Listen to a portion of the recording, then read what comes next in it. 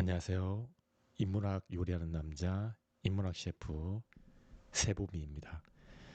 자, 이번에 다룰 주제는 자유가 아니면 죽음을 달라라고 하는 주제를 중심으로 여기에 등장하는 인물들을 제가 초대하거나 모두 부활을 시켰습니다.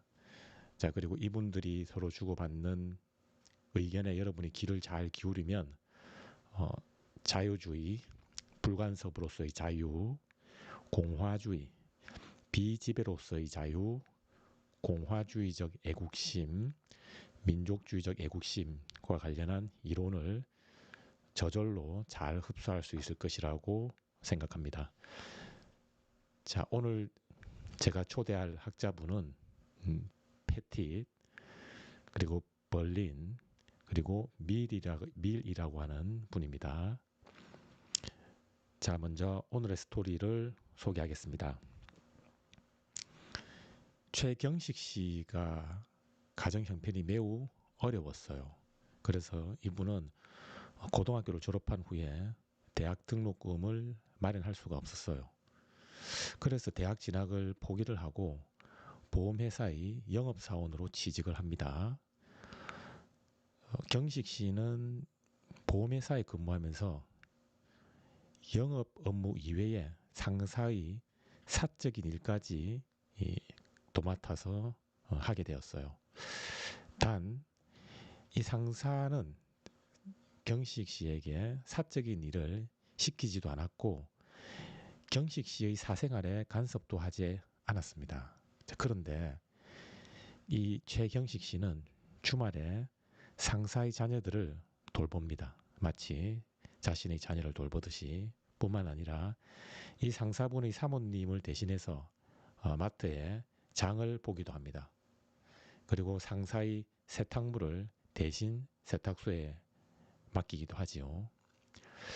그리고 이번 주는 그 상사분의 동생이 결혼을 합니다. 그래서 그 상사의 동생을 대신해서 결혼식장과 식당을 예약할 예정이에요. 그런데 김상철 씨는 최경식 씨와 함께 보험회사에 입사한 입사 동기입니다. 우리 상철 씨는 이미 3년 전에 승진하여 회사에서 승승장구를 하고 있어요. 입사 동기인데 상철 씨가 경식 씨보다 먼저 승진을 했군요. 소문에 따르면 상철 씨는 업무와 관련하여 공적인 업무 이외에 상사의 사적인 일까지 잘 챙기고 도움을 주었다고 해요. 자, 그러니 우리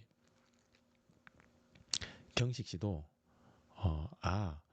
상사의 사적인 일을까지 잘 챙기고 도움을 주면 자신도 상사처럼 승진을 할 수도 있지 않을까라고 하는 어떤 기대가 있었는지는 모르지만 어쨌든 현재 우리 경식 씨는 상사의 사적인 일까지 도맡아서 하고 있는 그런 상황입니다. 자, 이어서 두 번째 스토리를 한번 볼게요. 자, 김철수 군은 건축가를 꿈꾸고 있는 새내기 대학생이에요. 자, 그런데 2학기 개강에 등록을 못하고 휴학을 합니다. 참고로 아버지가 일찍 세상을 떠나시고 어머니 그리고 동생들과 함께 생활을 하고 있어요. 어머니는 건강이 좋지 않으셔서 집안의 생계를 책임질 수 없었지요. 그래서 어쩔 수 없이 철수는 건축가의 꿈을 잠시 보류하고 아르바이트 전선에 뛰어듭니다. 고깃집 설거지도 하고 학원 강사로서 활동하기도 하며 편의점에서 점원으로서 일을 하고 심지어 일용직 노동자로서 근무하면서 여러 가지 일을 닥치는 대로 쉴 새 없이 합니다. 그 수입으로 근근히 동생들의 학비와 어머니의 병원비 그리고 생활비를 충당하고 있어요. 자, 그런데 친구인 민국이가 이런 철수의 사정이 안타까워서 청와대 신문고에 철수의 안타까운 사정을 알립니다. 이후 청와대는 철수가 학업에 매진하여 자신의 꿈을 이룰 수 있도록 복지정책을 마련하는데요. 청와대는 국회의 동의를 얻어 복지정책을 마련하는 과정에서 소득과 자산 수준이 높은 시민에 대한 세금을 높여버립니다. 물론 부자들은 정부의 복지 정책을 극렬히 반대합니다. 하지만 이러한 정부의 노력 덕분에 철수의 어머니는 경제적 비용을 염려하지 않고 치료에 전념할 수 있었고요. 이뿐만 아니라 철수는 물론이고 동생들도 생활고에 시달리지 않고 학업을 잘 이어나갈 수 있었다고 합니다. 자, 이상 두 가지 스토리와 관련하여 제가 말문을 트겠습니다. 물론 최경식 씨의 상사는 부하 직원에게 어떠한 간섭도 하지 않습니다. 하지만 회사에 암묵적으로 자리 잡고 있는 이 승진 문화로 인해서 사실상 자신의 자유를 구속받고 있는 것으로 보여요.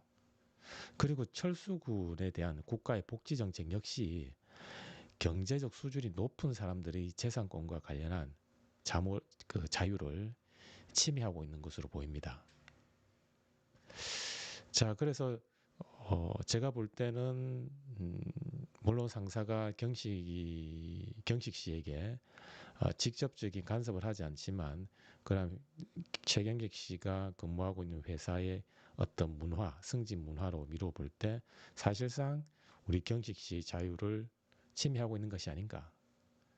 그래서 경식 씨가 상사의 사적인 일까지 챙기고 있는 것이 아닌가라는 생각이 들었고, 두 번째로 김철수 군의 스토리와 관련해서 경제적 지위가 높은 사람들이 재산권을 복지 정책을 마련한다는 명목으로 그 재산권과 관련한 그 경제적 지위가 높은 사람들의 자유를 사실상 침해하고 있는 것이 아닌가.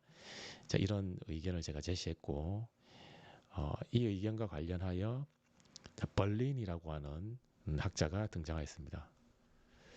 자, 저는 간섭이 없는 불간섭으로서의 자유를 지지합니다. 즉 진정한 자유는 다른 사람 혹은 외부의 간섭이 없는 상태입니다. 타인의 간섭으로부터의 자유, 즉 freedom from을 저는 소극적 자유라고 합니다. 타인의 간섭은 우리를 올가매는 사슬과 같아요. 아울러 소극적 자유와 대비해서 적극적 자유를 들 수 있어요. 적극적 자유는 자신이 원하는 바를 실제로 할 수 있는 자유로서 freedom to라고 할 수 있어요. 적극적 자유는 개인의 자유를 제약하는 사회 구조나 제도를 개선하기 위해 국가의 간섭을 요구하는 성격이 강합니다. 예를 들어 경제적 형편이 어려워 학업을 수행하기 어려운 경우 국가의 간섭을 통해 사회보장제도를 마련해 달라고 요구할 수 있지요. 그런데 국가의 간섭은 자칫 잘못하면 전체주의로 흐르는 위험에 직면합니다. 그래서 저는 적극적 자유를 자유주의가 나아가야 할 방향으로 보지 않아요. 자, 우리 벌린이라고 하시는 분은 자유란 무엇인가? 자유란 무엇인가? 진정한 자유란 무엇인가?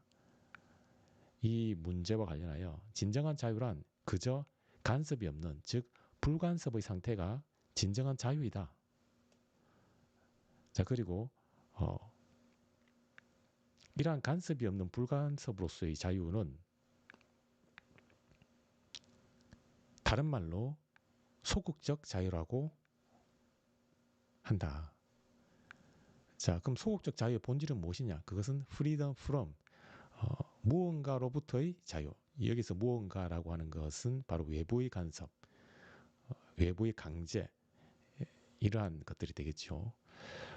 그런데 이 벌린이라고 하는 분은 소극적 자유를 지지하고 있어요. 왜 그러한가? 적극적 자유는 상당한 문제를 지니고 있다. 그러면 적극적 자유는 무엇인가? 이 적극적 자유라고 하는 것은 freedom to라고 할 수 있어요. freedom to. 즉 자신이 원하는 바를 실제 하기 위한 어떠한 조건을 마련하기 위해서 노력하는 자유라고 할 수 있어요. 예를 들면 무언가를 할 수 있는 능력이나 의지가 있지만 불합리한 사회 구조로 인해서 그러한 자유를 실현할 수 없는 경우에 직면할 수 있어요. 이럴 경우에 자신의 능력을 실현할 수 있는 방향으로 사회 구조나 제도를 개선해야 될 필요가 있다. 그러기 위해서는 우리가 국가의 간섭을 통해서 그러한 구조와 제도의 개선이 가능하다. 그러니 국가의 간섭이 곧 무언가를 내가 해낼 수 있는 자유를 실현하는데 반드시 필요하다. 그래서 국가의 적극적인 간섭을 긍정하는 입장입니다. 이것이 바로 적극적 자유라고 할 수 있어요. 그런데 이 적극적 자유는 기본적으로 국가의 간섭을 상당히 허용하기 때문에 잘못하면 그 국가가 과도하게 간섭해서 개인의 자율성, 자유, 개성, 고유성 이런 것을 침해할 수가 있어요. 즉 전체주의로 변질될 위험성이 있는 것이죠. 그래서 이 벌린이라고 하는 학자는 국가의 간섭을 바탕으로 하는, 그래서 자신이 무언가를 해낼 수 있는 사회적 구조와 조건을 마련하는 그러한 적극적 자유를 지향하기보다는 그저 외부의 간섭이 없는 불간섭으로서의 소극적 자유를 지지하고 있다는 것을 알 수가 있습니다. 자, 이어서 벌린이라고 하는 학자분께서 계속 먼저 최경식 군의 상사는 부하 직원의 사생활을 전혀 간섭하지 않습니다. 그런데 이 경식 군은 상사의 사적인 일을 도와주고 있어요. 이런 정황으로 볼 때 우리 경식 씨가 자발적으로 상사의 사적인 일을 돕고 있다고 볼 수가 있어요. 다른 사람이 간섭하지 않고 자신이 자발적으로 상사를 돕는 행위지요. 따라서 직장 상사가 부하 직원인 경식 씨의 자유를 침해한다고 볼 여지가 없습니다. 그 다음 국가의 복지 정책인데요. 이 국가의 복지 정책은 개인의 자유를 침해할 여지가 매우 큽니다. 국가는 복지 정책을 마련하는 과정에서 소위 부자들에 대한 세율을 높이고 있어요. 심지어 잘 사는 사람들이 극렬히 반대하는데도 국가는 이 복지 정책을 추진하고 있지요. 사실상 복지 정책은 특정 계층의 재산권에 간섭하는 장치입니다. 결국 국가는 소득과 자산 수준이 높은 사람들이 자신의 자산을 지킬 자유를 침해하고 있어요.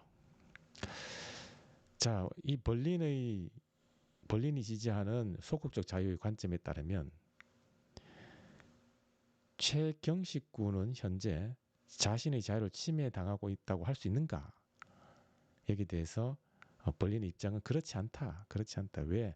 소극적 자유의 관점에 따르면 간섭이 없는 상태가 진정한 자유이다. 그런데 현재 그 누구도 상사도 경식에게 나의 사적인 일을 하라라고 간섭한 적이 없다. 그저 경식 씨가 자발적으로 하고 있는 것이다.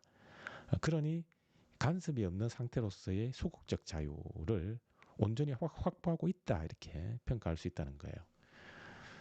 자, 이어서 국가의 복지 정책인데요. 이 복지 정책은 개인의 자유를 침해하고 있는가? 역시 침해하고 있다. 왜? 복지 정책이라고 하는 것은 결국은 경제적 수준이 높은 사람들에게 높은 세율을 적용할 수밖에 없고 그 결과 그들의 재산권에 간섭을 하는 것이다. 그러니 간섭이 없는 상태, 즉 불간섭이 진정한 자유다라고 하는 이 소극적 자유에 어긋난다. 따라서 과도한 국가의 복지 정책은 경제적 수준이 높은 사람들이 재산권에 간섭하는 것이기 때문에 그들의 자유를 결국은 침해하고 있는 것이다. 이렇게 평가하고 있습니다. 자, 그래서 벌린이라고 하는 분은 자유를 적극적 자유와 소극적 자유로 나누고 그저 간섭이 없는 상태를 진정한, 즉 소극적 자유를 진정한 자유의 의미와 가깝다. 이렇게 평가를 하고 있습니다. 자, 이어서 밀이라고 하는 학자분께서 등장하셨어요. 저는 자유에 대한 벌린 선생님의 입장에 동의합니다. 저 역시 불간섭으로서의 자유를 지지합니다. 단, 간섭이 불가피한 경우가 있지요. 만약 어떤 개인의 자유가 다른 사람에게 피해를 준다면 그 개인의 자유를 제약해야 합니다. 결국 다른 사람에게 해악을 끼치지만 않는다면 우리는 어떠한 행위든지 다른 사람의 방해를 받지 않고 할 수 있는 셈이죠. 저는 이러한 관점을 해악 금지 원칙이라고 부릅니다. 밀 역시 진정한 자유는 무엇인가 여기에 대해서 외부의 간섭이 없는 불간섭으로서의 자유가 진정한 자유이다. 즉 소극적 자유를 지지하고 있습니다. 단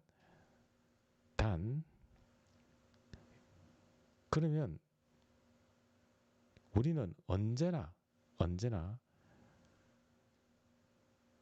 자유의 범위가 매우 넓게 열려 있느냐? 열려 있느냐? 자유는 그러면 제약이 없느냐? 그렇지 않다. 물론 외부의 간섭이 없는 불간섭으로서의 자유가 진정한 자유이지만 단 그러한 나의 자유권 행사가 다른 사람의 권리를 침해한다면 그때만큼은 우리가 제약을 해야 된다. 다른 사람의 권리를 침해하는 것, 그것은 일종의 해악이죠. 즉 해악을 간다면 타인에게 나의 자유권 행사가 다른 사람에게 해악을 간다면 그때만큼은 그 자유를 제약하겠다. 하지만 그러한 경우가 아니고서는 얼마든지 우리는 자유의 범위를 확대하겠다, 열어놓겠다라고 보고 있습니다. 그래서 이 밀이라고 하는 학자는 해악 금지의 원칙을 바탕으로 타인에게 자신의 자유권 행사가 타인의 자유를 침해하지만 않는다면 얼마든지 우리는 자유를 허용할 수 있다 라고 하는 입장을 취하고 있는 걸 알 수 있어요. 자, 이어서 해악 금지의 원칙을 바탕으로 경식 씨의 에피소드를 한번 들여다봅시다. 경식군의 상사는 부하 직원에게 자신의 사적인 일을 대신해서 처리하라고 간섭하거나 강요하지 않습니다. 그저 부하 직원인 경식 씨가 자발적으로 상사의 사적인 일을 도와주고 있을 뿐이에요. 즉 경식 씨가 만약에 경식 씨의 상사가 만약에 야 우리 최경식 씨 우리 직장에는 알아서 상사의 사적인 일을 도와주고 챙기는 사람이 승진하는 문화가 있어. 너도 승진하고 싶지? 그러면 나의 사적인 일을 잘 챙겨. 이렇게 직접 강요했습니까? 강요하지 않았습니다. 간섭하지 않았습니다. 그러한 문화를 최경식 씨가 의식한 것은 아닐까요? 그러한 문화가 있다는 것과 최경식 씨의 상사가 직접 간섭한다는 것은 별개입니다. 누가 시키지도 않은 일을 경식 씨 자신이 스스로 하겠다는데 뭘 어쩌라고 그럽니까? 그런데 상사가 부하 직원의 자발적 행동을 굳이 만류할 필요까지는 없어요. 그게 무슨 개인의 자유에 대한 침해입니까? 세보미 선생님의 견해는 조금 제가 볼 때는 받아들이기 힘들고 생뚱맞습니다. 자, 그래서 우리 미일의 해악 금지의 원칙에 따르면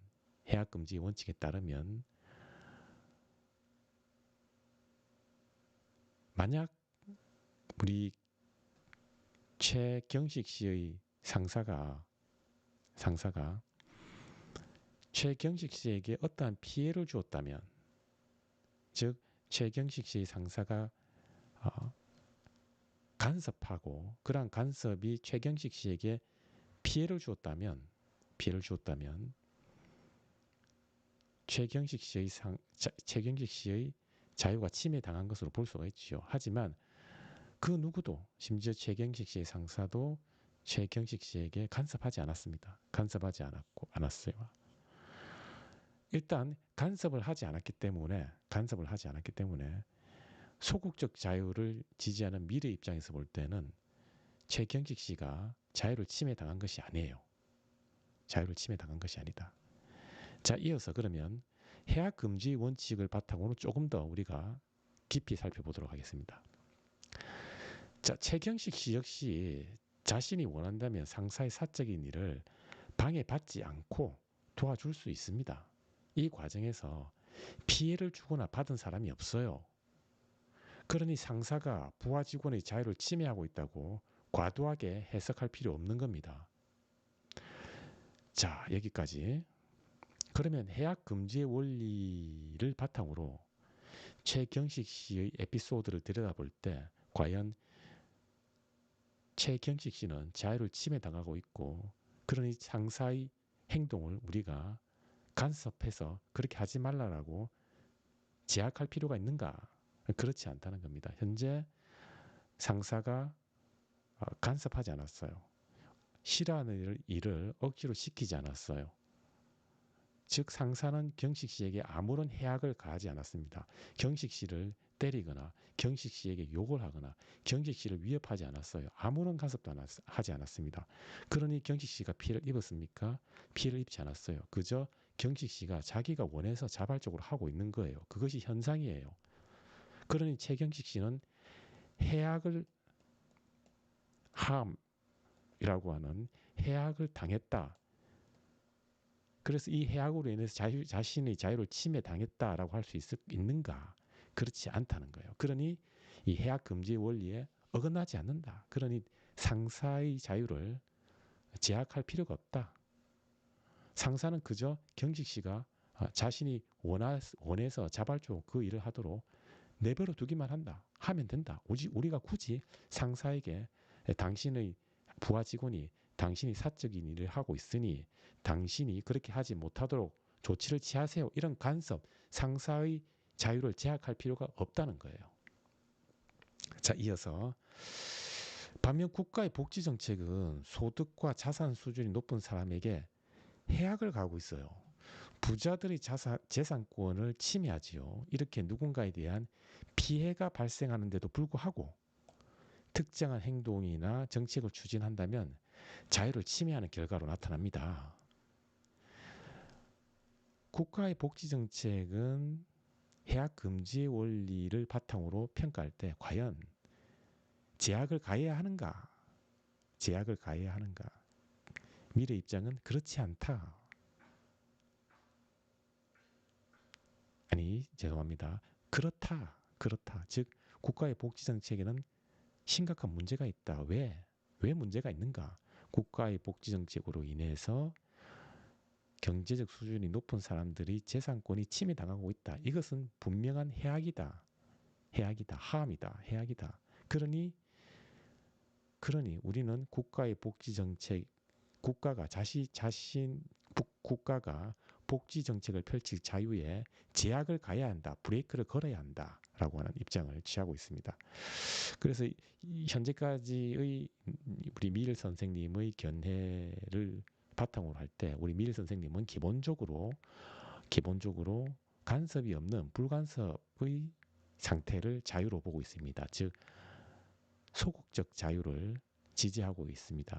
하지만 그 자유 범위를 무조건 넓히거나 확대 허용하는 것이 아니라 다른 사람에게 피해를 주지만 않는다면, 즉 해악을 가하지만 않는다면 우리는 얼마든지 자신의 자유를 행사할 수 있다. 이런 입장을 취하고 있어요. 그래서 우리 벌린과 앞서 살펴본 벌린과 미일 선생님은 두 분 모두 간섭이 없는 상태, 불간섭으로서의 자유를 진정한 자유로 보고 있습니다. 즉 소극적 자유를 지지하고 있지요. 이렇게 소극적 자유를 진정한 자유로 간주하는 관점을 우리가 자유주의다 이렇게 분류를 할 수가 있습니다. 자유주의다. 그러면 불간섭으로서의 자유, 간섭이 없는 소극적 자유만이 진정한 자유인가? 그것이 과연 진정한 자유인가? 이런 의문을 가지고 우리 패티 선생님의 견해를 들여다보기로 합시다. 자, 패티시라고 하는 학자분께서 등장하셨습니다. 저는 신로마 공화주의의 입장인 비지배로서의 자유를 자유의 온전한 모습으로 봅니다. 즉 자유는 지배가 없는 상태를 통해서 확보될 수가 있어요. 여기서 지배란 타인의 의사와 무관하게 자신의 자의적인 의지를 다른 사람에게 강요하는 것입니다. 즉 자의적으로 자기 마음대로 자신의 의지를 타인에게 강요하면 자유를 침해하는 것입니다. 결국 비지배로서의 자유는 다른 사람, 특히 강자의 자의적인 의지로부터 자유를 의미하는 셈이죠. 그래서 자유를 확보하려면 그 누구도 지배라는 어두운 그늘 아래서 학대받거나 행복을 억압받아서는 안 됩니다. 동시에 그 누구도 다른 사람을 지배할 수 없으며 지배해서도 안 되죠. 참고로 저는 저와 같은 신로마 공화주의자는 자유주의적 공화주의자로 분류되기도 합니다. 진정한 자유는 무엇인가? 그저 간섭이 없는 상태인가? 여기에 대해서 패티시라고 하는 학자는 그렇지 않다. 그렇지 않다. 진정한 자유는 간섭이 없는 상태라기보다는 비지배로서의 자유라고 할 수 있다. 비지배로서의 자유라고 하는 것은 무엇인가? 그것은 강자의 다른 사람의 자의적인, 즉 강자가 자기 마음대로 약자의 삶에 이래라 저래라 강요할 여지가 남아있는 그러한 상태가 없는 상태를 진정한 자유라고 할 수 있다. 이런 입장입니다.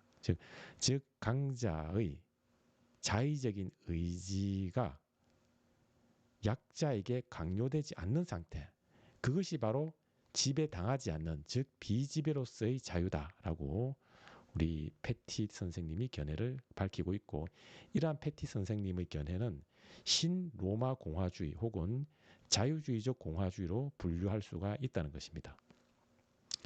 자, 이어서 제가 그런 패티 선생님, 앞서 언급한 우리 벌린 선생님의 불간섭으로서의 자유에 동의하십니까?